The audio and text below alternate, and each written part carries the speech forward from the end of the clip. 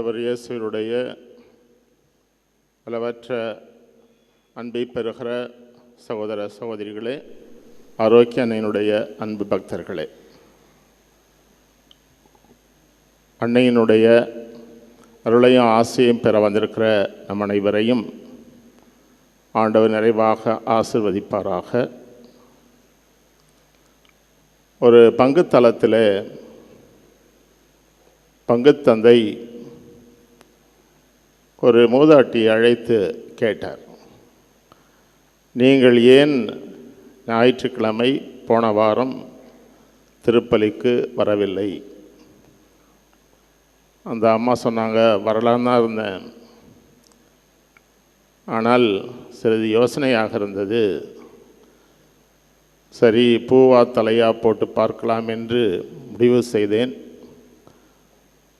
தலை விழுந்து விட்டது, அதனால் நான் வரவில்லை. பூ வந்திருந்தால் நான் வந்திருப்பேன் அப்படின்னு சொன்னாங்க. அப்படியா அப்படின்னு கேட்டேன்.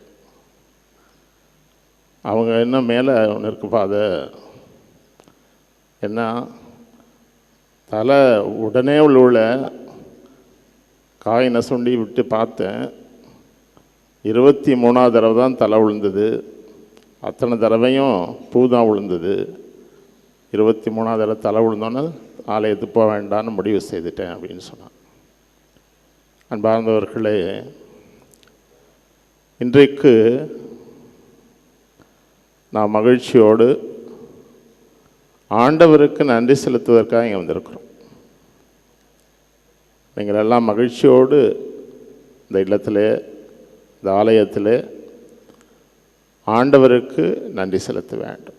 இத்தனை நாட்களாக நம்மை வாழ வைத்த கடவுள், நம்மோடு இருந்த கடவுள், அன்னை மரியாள் ஆசையோடு எண்ணற்ற வரங்களை கடவுள் நம்முடைய வாழ்க்கையிலே கொடுத்திருக்கிறார். இன்னும் நிறைய வரங்களை கேட்பதற்காக வந்திருக்கிறோம். இன்றைக்கு நம்முடைய கடன் என்ன என்று ஆராய்வதற்காக ஒரு சில வார்த்தைகள். ஈன்று புறம் தருதல் என் தரை கடனே, சான்றோனாக்குதல் தந்தைக்கு கடனே என்று புறநானூறு கூறுகிறார். அப்படி என்று சொன்னால் ஒவ்வொருவருக்கும் ஒரு கடன் இருக்கிறது. என்னுடைய கடன் என்ன? நாம் எல்லாரும் நல்லவர்கள், நன்மை செய்பவர்கள், நல்லதை நினைப்பவர்கள், நல்ல வார்த்தைகளை பேசுபவர்கள், நம்முடைய குடும்பம் நன்றாக இருக்க வேண்டும் என்று நினைப்பவர்கள். ஆனால் ஒரு சில நேரங்களில் தீமை நம்மை ஆட்டி படைக்கிறது. பிளேட்டோ தத்துவ மேதை ஆராய்ச்சி செய்து பார்த்தார். எப்படி மனிதர்கள் நல்லவர்களாக இருக்கிறார்கள், நல்ல பண்புகளை பெற்றிருக்கிறார்கள். வேர்ல்ட் ஆஃப் ஐடியாஸ் என்று அவன் ஒரு கருத்தினை சொன்னான். விண்ணகத்திலே அல்லது வானத்திலே அந்த ஒரு இடத்துல இந்த நல்ல பண்புகளெல்லாம் இருக்கிறது, ஒரு சிறிதளவு மனிதனுக்கு கொடுக்கப்படுகிறது. ஆனால் கடவுள் ஆண்டவர் இயேசு மேலான ஒன்றை நமக்கு வெளிப்படுத்தினார். கடவுளிடத்திலிருந்து அந்த நல்ல தன்மை வருகிறது. அதனால்தான் தொடக்க நூலிலே நாம் படிக்கிறோம், கடவுள் மனிதர்களை அவருடைய சாயலாக பாவனையாக படைத்தார். ஆகவே கடவுளுடைய சாயலாக படைக்கப்பட்ட மனிதர்கள், ஆகவே அவர்கள் நன்மையைத்தான் செய்வார்கள். ஆண்டவர் இயேசு விண்ணிலிருந்து மண்ணிற்கு வந்தவர். ஏன் வந்தார் என்று கேட்டால், இந்த உலகம் தீமையிலே வாழ்ந்து கொண்டிருந்தது, தீய நாட்டங்கள் கொண்டவர்களாக இருந்தார்கள், பாவத்திலே வாழ்ந்தார்கள்.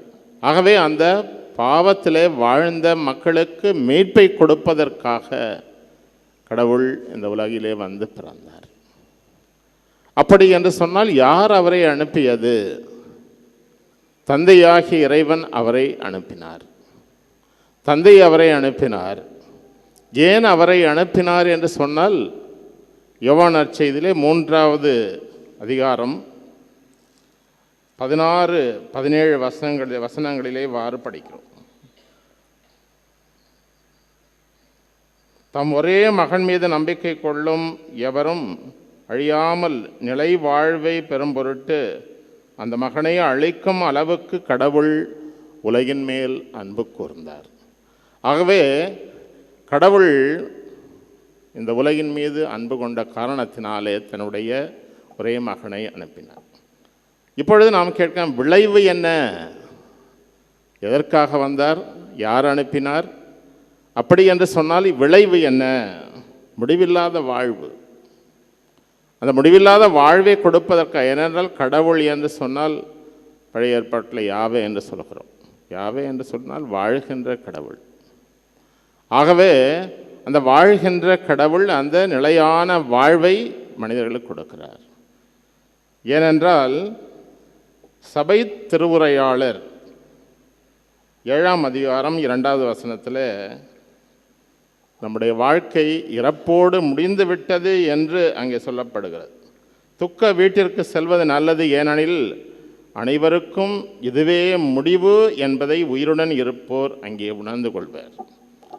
ஆகவே எல்லாம் முடிந்து விட்டது என்று நினைத்த ஒரு சமுதாயத்தில் ஆண்டவர் இயேசு முடிவில்லாத வாழ்வு உண்டு என்று நமக்கு சொல்கிறார். ஆகவே ஆண்டவர் இயேசு கிறிஸ்து இந்த உலகில் வந்து பிறக்கிறார்.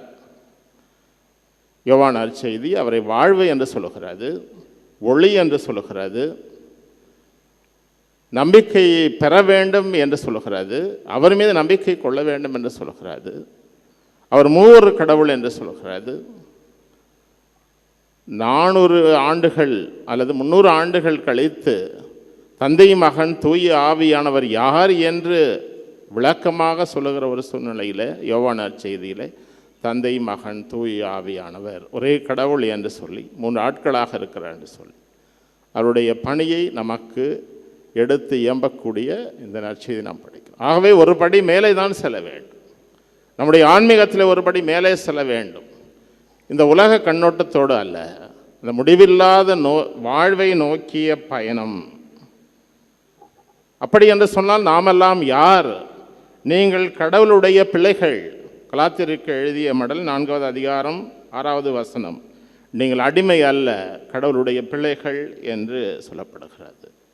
ஆகவேதான் உங்களுடைய பணி, பாதிரி பியோ சொல்கிறார், pray believe do not worry. ஜபி, நம்பு, கவலைப்படாது. இந்த உலகத்திலே கவலைப்பட்டு கலங்கி கொண்டிருக்கிறோம். ஏக்கமாக இருக்கிற, குழப்பமாக இருக்கிற, துன்பமாக இருக்கிறது, மன வருத்தத்தோடு வாழ்கிறோம்.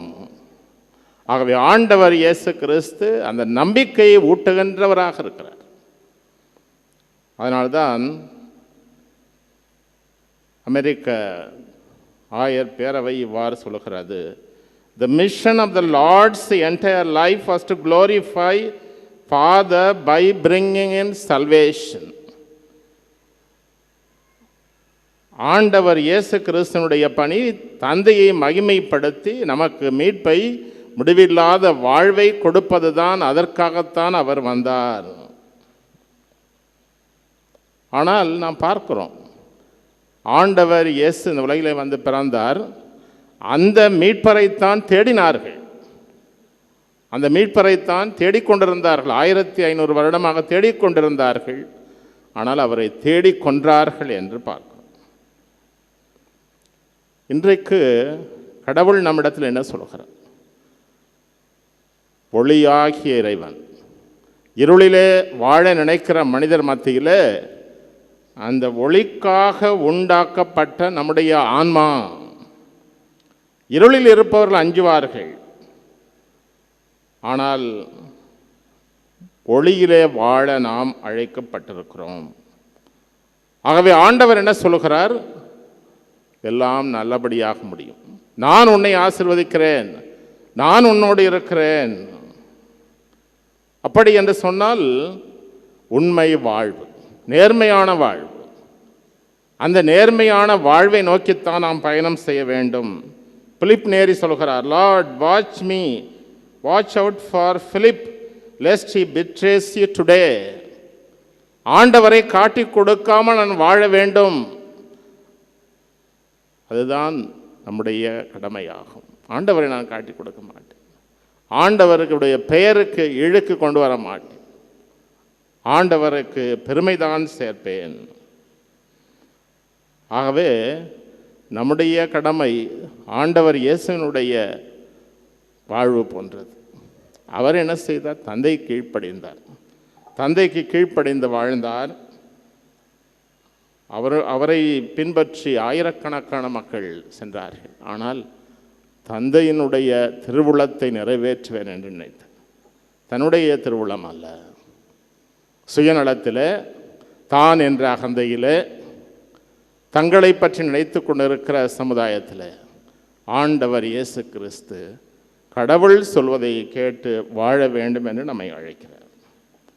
இந்த உலகம் எப்படிப்பட்டது? உடைந்த உலகம், சண்டையிடுகிற உலகம், அநீதி இழைக்கிற உலகம், கோபமாக வாழ்கிற உலகம், மகிழ்ச்சியை காண முடிவதில்லை, வெறுப்பு, அடுத்தவரை பார்த்தால் வெறுப்பாக இருக்கிறது.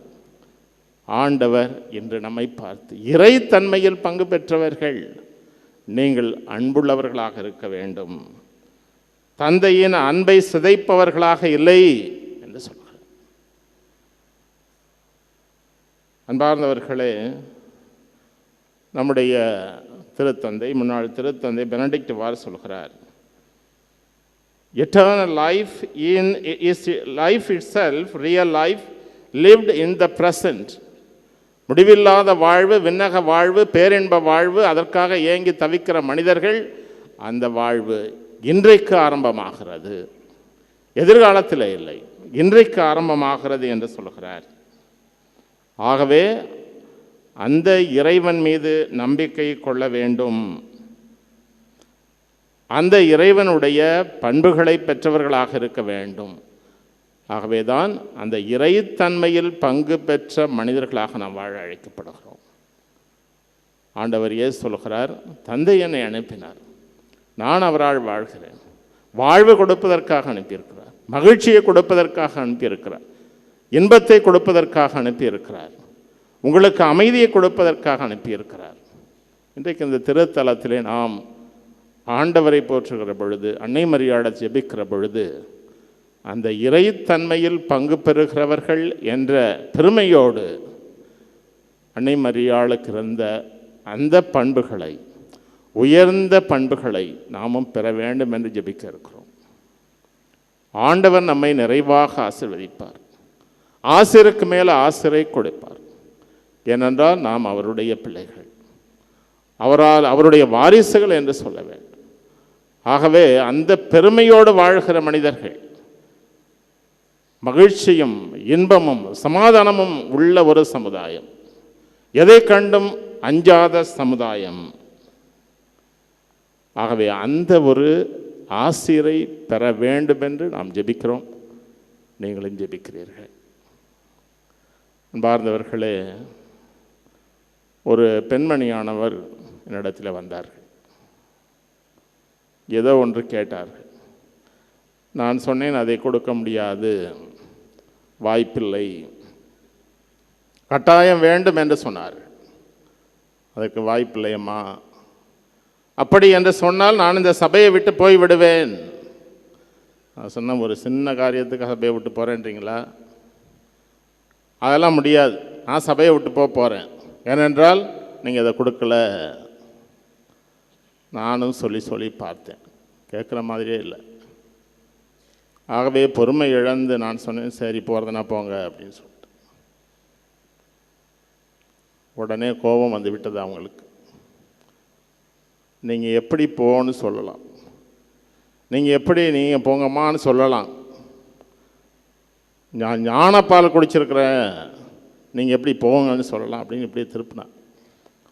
அன்பார்ந்தவர்களே, பல ஆண்டுகளுக்கு முன்னர் நடந்த நிகழ்ச்சி ஆனாலும் ஆண்டவர் மீது ஒரு அளவற்ற நம்பிக்கை கொண்டு வாழக்கூடிய, அந்த இறைத்தன்மையில் பங்கு பெறக்கூடிய, ஆண்டவருடைய ஆசியால் நிரப்பப்பட்டு கொண்டிருக்கிற மக்களை நாம்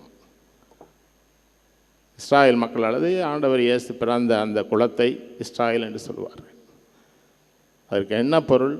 ஈஷ் என்றால் மனிதர்கள், எல் என்றால் கடவுள். கடவுளுடைய பிள்ளைகள், கடவுளுடைய குழந்தைகள். நம்மை கிறிஸ்தவர்கள் என்று அழைக்கிறோம்.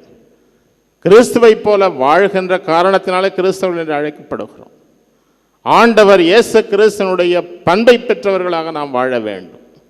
ஆண்டவர் இயேசு கிறிஸ்துவனுடைய நல்ல குணங்களை பெற்றவர்களாக வாழ வேண்டும். அதற்காகத்தான் அழைக்கப்படுகிறோம்.